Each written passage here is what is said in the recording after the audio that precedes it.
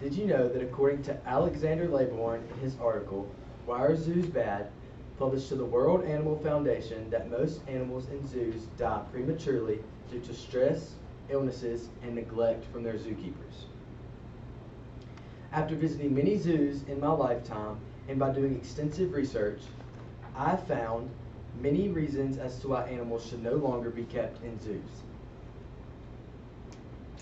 During my speech, I will explain the problems with animals being kept in zoos, offer solutions on what to do to keep zoo animals safe, explain why freeing these animals back into the wild would be a good decision, and persuade my audience to take action. There are many problems with wild animals being kept in zoos. Animals in zoos are not happy and do not thrive in an enclosed environment. According to the website Animals Australia, in their article, 4 Things We Need to Stop Telling Ourselves About Animals in Zoos, it is stated that animals across the globe have been documented displaying signs of anxiety and depression while inside of zoos. The anxiety has caused animals to uncharacteristically lash out at zookeepers and even sometimes visitors. Depression has caused animals to be miserable and can lead to death from being so unhappy. Zoos are also not natural. Although zoo habitats try to imitate the wild, no single sanctuary can compare to the wilderness that these animals are accustomed to. According to the article, the treatment of animals by zoos, aquariums, and circuses should be improved. The author states, former zoo director David Hancock has expressed the belief that certain animals like elephants and bears should not be kept in zoos because zoos are unable to provide sufficient space and ample activity.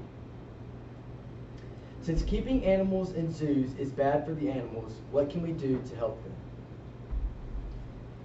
There are a number of things that organizations, the government, zookeepers, and the public can do to protect animals in zoos. The Association of Zoos and Aquariums, or the AZA, can mandate and enforce stricter guidelines for these zoos to follow in order to protect their animals.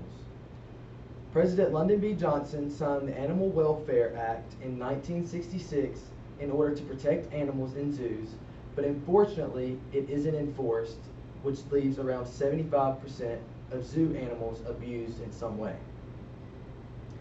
According to Simon J. Williams' article, Unsafe Havens, Improving Third-Party Accreditation of Wildlife Sanctuaries, he states that since the USDA's enforcement of the Animal Welfare Act is extremely weak, third parties have begun certifying and accrediting different facilities of captive animal care.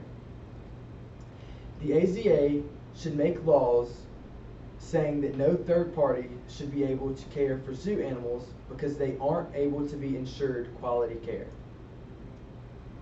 There should also be laws put into place to stop animals breeding in captivity. Studies show there is not enough space in zoos to keep breeding the captivated animals. Even though zoos are advertising that they will release these animals, according to Ben Williams in his article, Keeping Wild Animals Captive is Not Conservative, he states, captive bred animals generally lack the survival skills necessary to be released into the wild and often have developed such severe zoochosis or psychological trauma brought on by captivity that they would not survive in the wild. The public could also stop supporting these zoos and rather support animal sanctuaries where animals are released back into the wild. You may ask, how does freeing animals from zoos benefit me? Well, animals help the environment. Animals like bats eat thousands of insects a day, which helps rural cities like here in Pelahatchie not be infested with bugs. Animals like sharks keep the oceans that we vacation to from being infested with disease-ridden fish. Beavers keep the grounds around riverbanks that we enjoy fishing in during the summer moist with their dams, which prevents wildfires. Wildlife also keeps entire ecosystems functioning, which provides us with an assortment of food. Now that you have heard the problems with zoos, what could be done to help the captive animals, and why setting these animals free would benefit everyone, I hope that every one of you will feel the need to also advocate for zoo animals.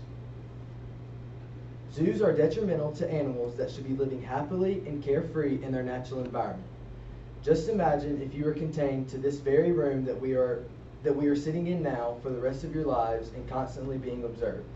We should release these animals to live out the rest of their life in peace. Thank you.